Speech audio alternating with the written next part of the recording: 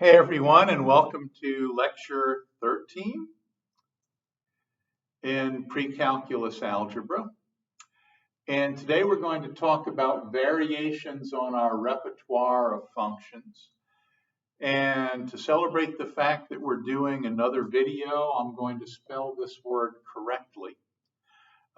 In videos 11 and 12, I wasn't exactly sure how this was spelled, and I had a 50-50 chance of getting it right, and of course, I got it wrong. But it's correct now.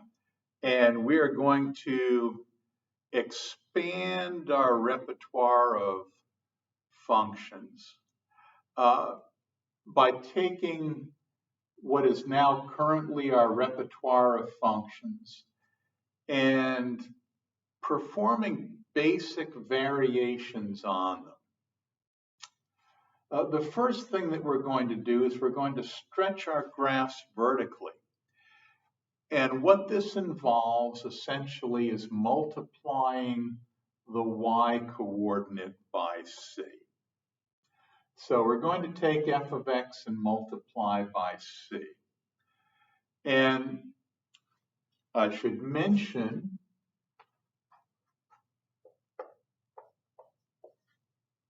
in this context, c is a real number constant that's greater than 0. So we're going to take our basic repertoire of functions and alter them in such a way that we end up multiplying the y coordinate by c. Let's take a look at the first function in our repertoire.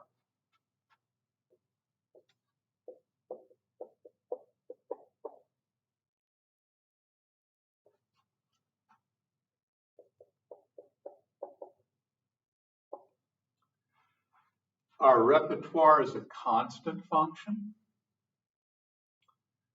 And what we're doing is we're just multiplying this constant b by the constant c. Remember what the graph of this function looked like, the constant function. It's the horizontal line that goes through the point B on the y-axis.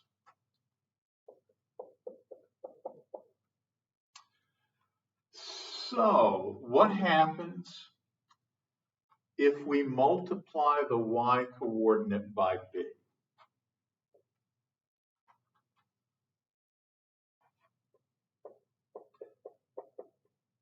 I beg your pardon. But what happens if we multiply the y coordinate by c? The graph is still the graph of a constant. This time the constant is CB. So that graph goes through the point CB on the y-axis. And how has this changed the appearance of the graph? It changes the distance between the line and the y-axis, or the graph and, it changes the distance between the graph and the x-axis by a factor of c. In the original function, the distance between the graph and the x-axis is b. Now the distance between the graph of f of x equals cb and the x-axis is cb. Now this is not going to be a transformation or a variation that we refer to very often because this is pretty much obvious. That we could graph this without referring back to the original function in our repertoire. We could just say, CB, that's a constant. Okay. Horizontal line that goes through the point CB on the y-axis. Our other vertical stretching transformations will be more significant. Okay, the next thing that we do is we take the y coordinate of the function f of x equals x, and we multiply by c. Again, this is going to stretch the graph vertically by a factor of c. Remember, this is what the original graph looked like. It was a line that passed through the points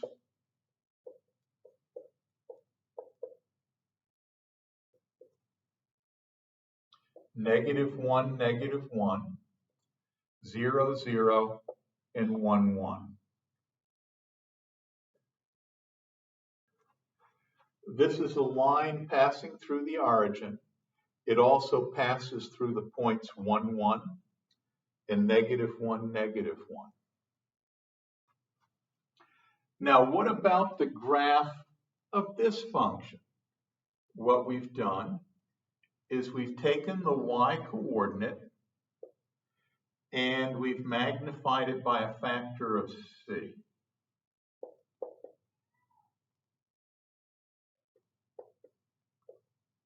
And we're still going to use -1 and +1 is our key value of x. -1, 0, and +1 is our key values of x that we want to plot. When x is 0, c times x is 0. So this is a point on the graph. But what about when x is -1? When x is -1, the y coordinate is c times -1, or -c. So this passes through the point -1, -c. And what about when x is 1? When x is 1, f of x is c times 1.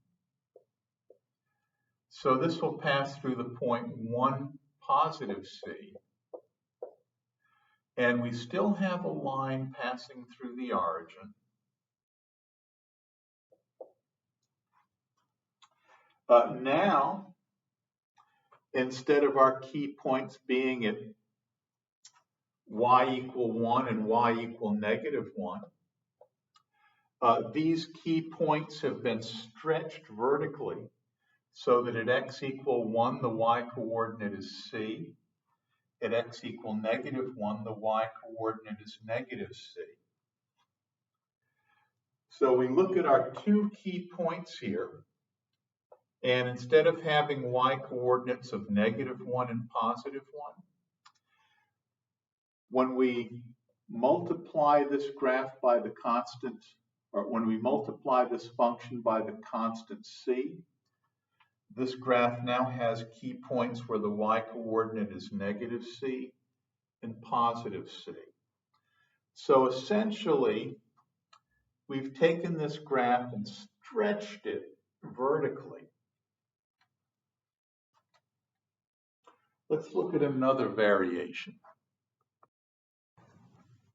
Our next function in our basic repertoire of functions is f of x equal x squared.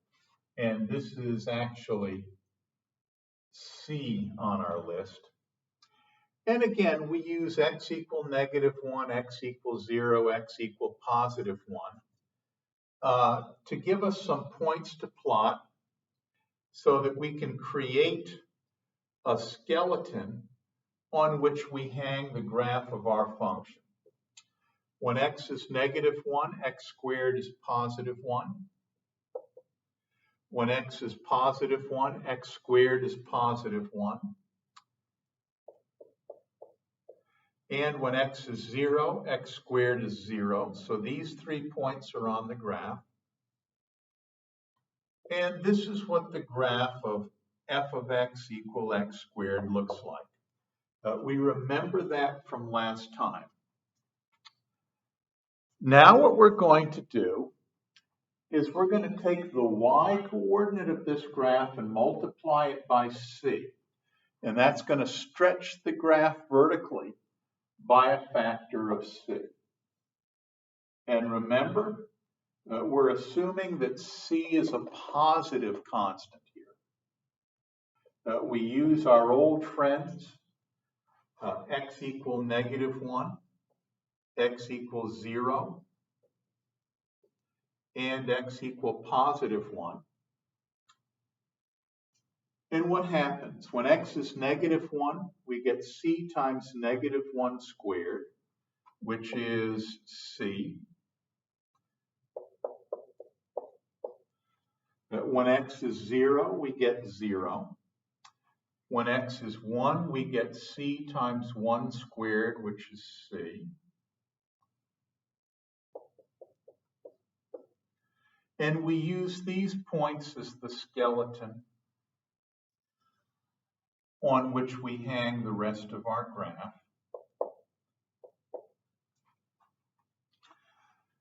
The graph has the same basic shape as the original. The only difference is when we take the original and get a variation by multiplying by the positive constant C, we take the original graph and we stretch it vertically by a factor of C. The graphs look pretty much the same, but the y-coordinates of our key points are magnified by a factor of C.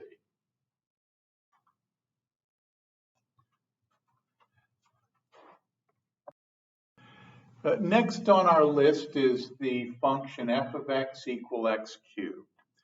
Remember how we got this?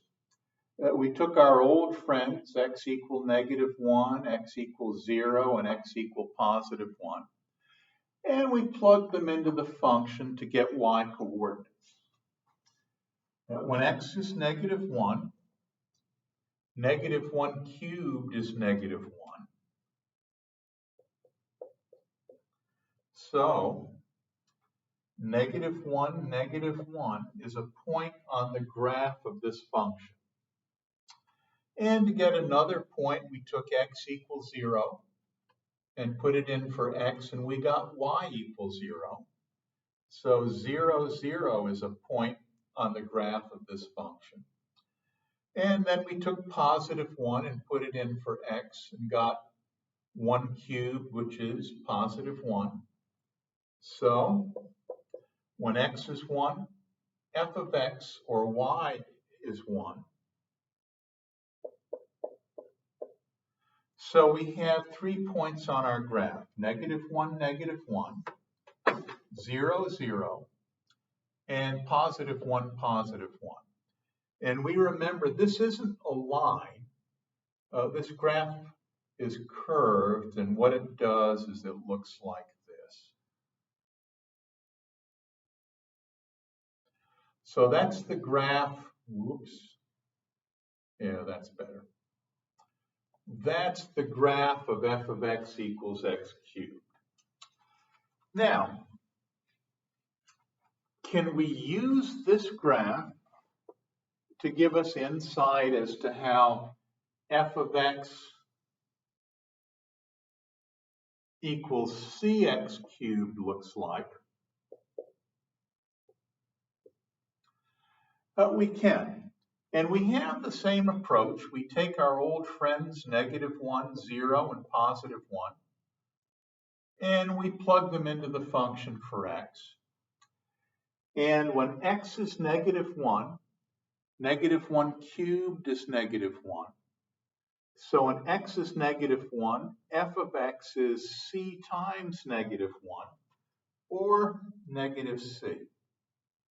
So the point -1, -c is a point on the graph.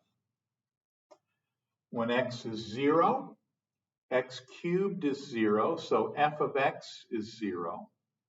When x is 0, f of x is 0. The point 0, 0 is a point on the graph of this function.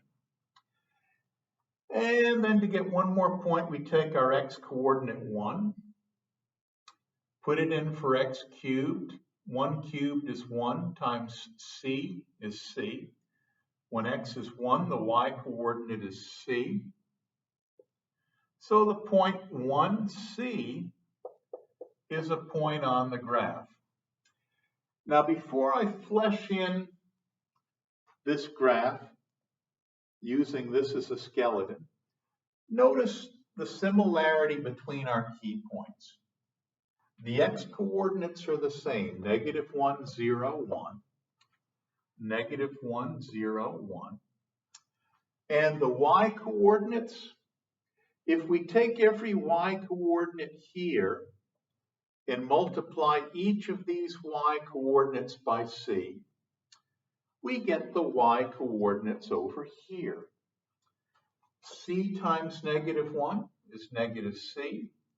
C times 0 is 0. C times +1 is c.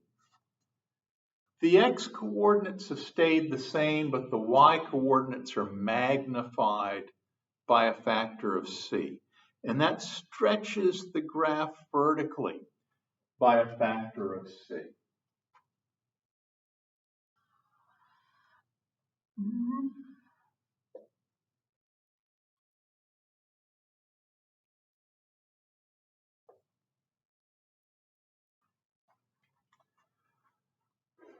So this graph and this graph are shaped the same. But to get this graph, we've just grabbed this point and pulled vertically on it and stretched out the graph so that this point now becomes 1c. And this point becomes -1, -c. And can we do a little bit more on this? Yeah, we sure can. F of x equals square root of x. Remember how this looked? This function didn't have a graph to the left of the y-axis. The graph of this function just started at the y-axis and went to the right. And because of that, we couldn't plot any point for x equal -1 because there's no point on the graph that corresponds to x equal -1. So we start with 0. When x is 0, square root of 0 is 0. So 0, 0 is a point on the graph. And to get another point on the graph, we take x equal 1. And when we put that in for x, we get square root of 1, which is 1. So when x is 1, the y value x, square root of x is 1. So we have another point on our graph. And these 2 points are going to serve as the skeleton that we hang the rest of the graph on. And remember, this is what the graph of the square root function looked like. Well, what happens if we multiply the y-coordinate by c? It will take the same approach to graphing this function that we took before. We'll use 0 and 1 to graph points that will serve as our skeleton for creating this graph. When x is 0, square root of x is 0, so we have c times 0 is 0. When x is 0, f of x, the y-coordinate, is 0. So 0, 0 is a point on the graph of this function. Now, what about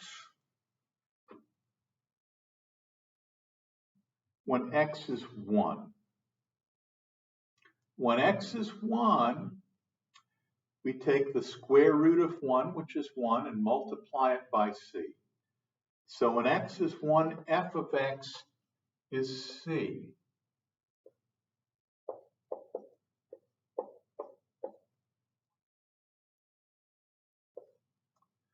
And these 2 points serve as the skeleton for our function. This graph will look like this graph, except we're going to take this graph and stretch it vertically by a factor of c.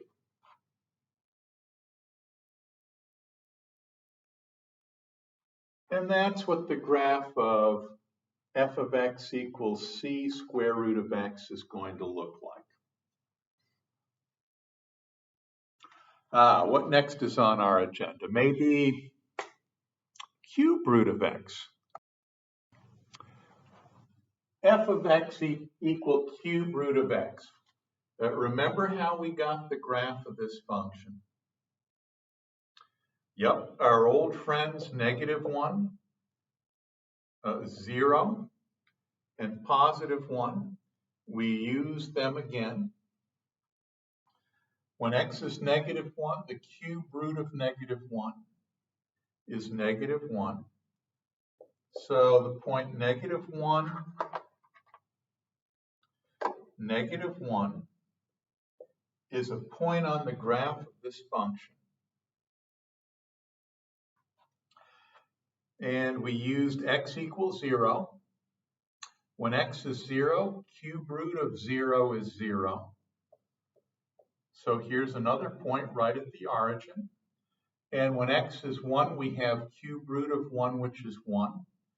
So when x is 1, f of x is 1. And again, these 3 points are going to form the skeleton on which we hang the rest of the graph. And the graph looked like this.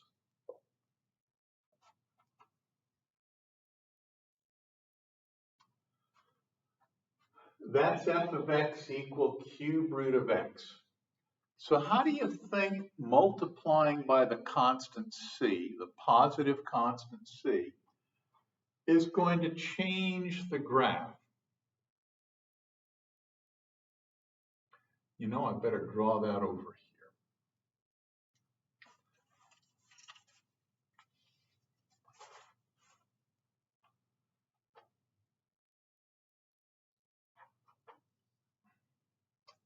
But we're still going to rely on our old friends 0, -1, and +1. When x is -1, we have cube root of -1, which is -1 times c. When x is -1, f of x is -c. So here's a point on our graph, -1, -c. When x is 0, cube root of 0 is 0. So f of x is 0. 0, 0 is a point on the graph of our function. And when x is 1, we have cube root of 1, which is 1, times c is c. When x is 1, f of x is c. And so the point 1c is a point on our graph. This is going to be our skeleton. The graph is going to look very much like the one that we patterned it after, cube root of x. Except we're going to stretch it vertically by a factor of c. But we're going to take these points and essentially we're going to copy what this graph looks like.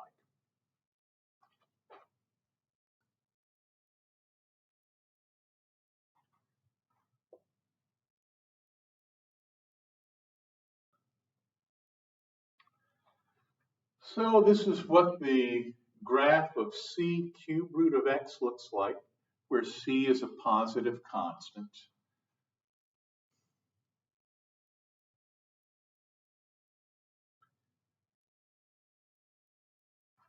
And maybe we'll do one more. We'll work with maybe the absolute value function.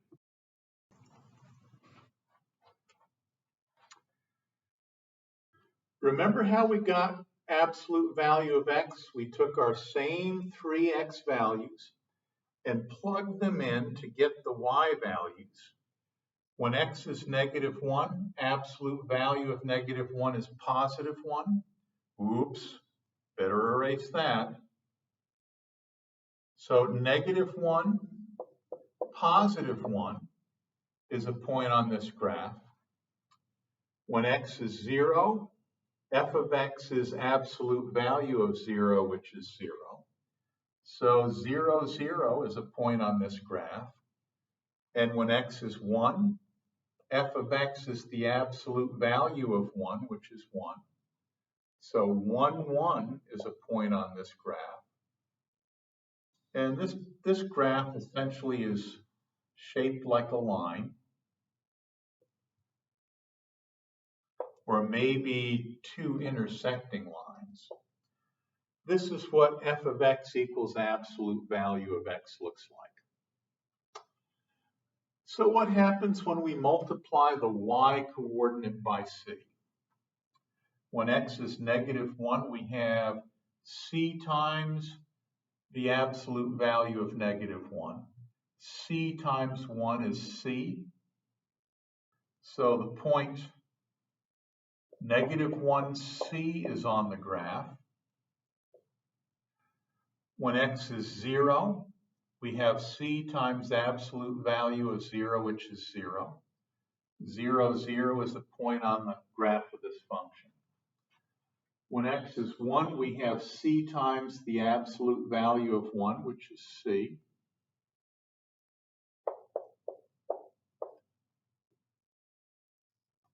And in shape, this graph looks like the original, except we just stretched it out a little bit by a factor of c. So this is our first variation on our repertoire of graphs, stretching things vertically. Let's stay in the vertical mode, and we're going to talk about vertical shifts up and down. You know what? I changed my mind. We're not going to do vertical shifts yet. We're going to do some examples. Graph f of x equals 4x squared. Here's our reference. And we know how to get f of x equals c times x squared from what we just talked about.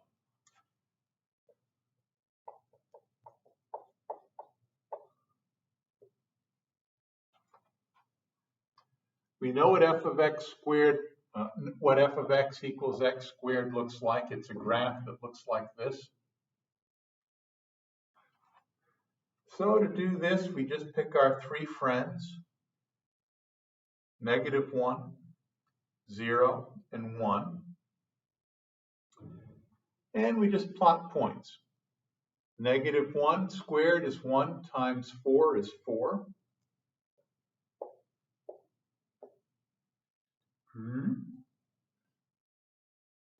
Excuse me. -1, 4. We put in 0 and we get 0. So here's the second point on our graph.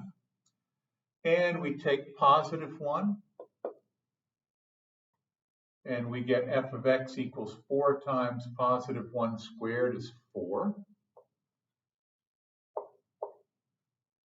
Oops.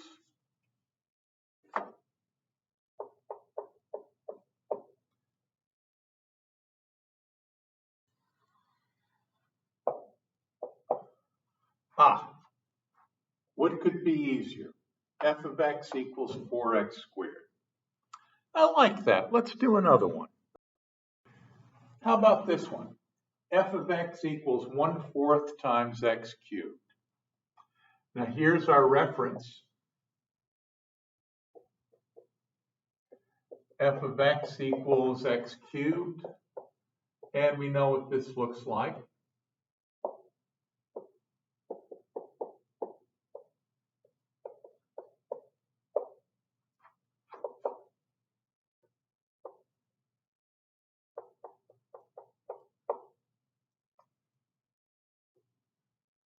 Oops.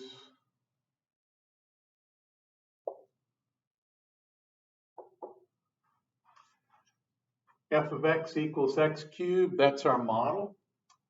And we use our same three friends, -1, 0, +1, to graph this. 1,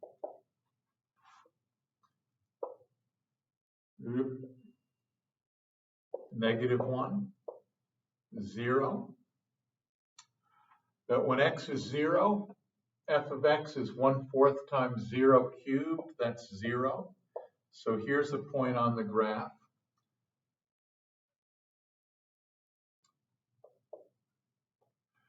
When x is negative 1, negative 1 cubed is negative 1 times 1/4 is negative 1/4.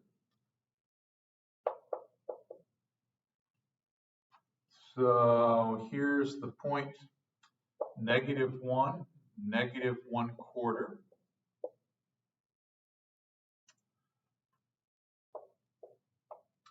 When x is 1, f of x is 1/4 times 1 cubed, which is 1/4. Excuse me.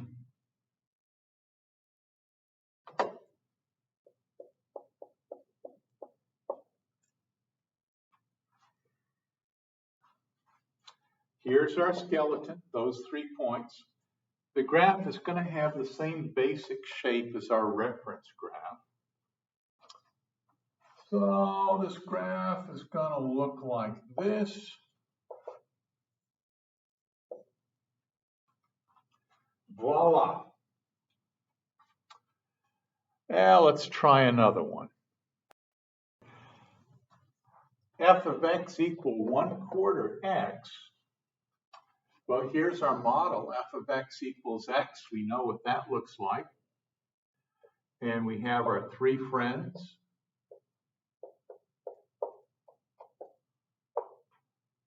Oops. Negative 1, 0, positive 1. When x is negative 1, f of x is also negative 1.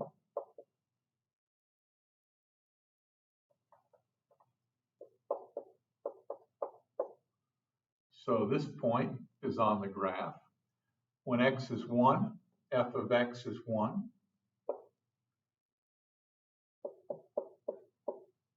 And when x is 0, f of x is 0. So here are our 3 points.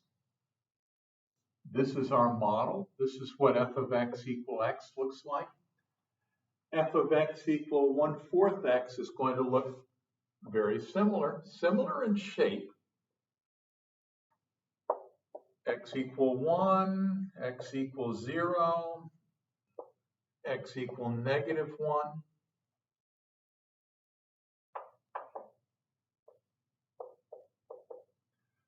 When x is negative 1, f of x is negative 1/4. So we have the point negative 1, negative 1/4. When x is 0, f of x is 1/4 times 0. When x is 1, f of x is 1/4 times 1. That gives us the point 1, 1/4. This graph is going to look very much like our model in shape. We have the 3 points. It's a line traveling through those points. So f of x equal 1/4 x. Here we go.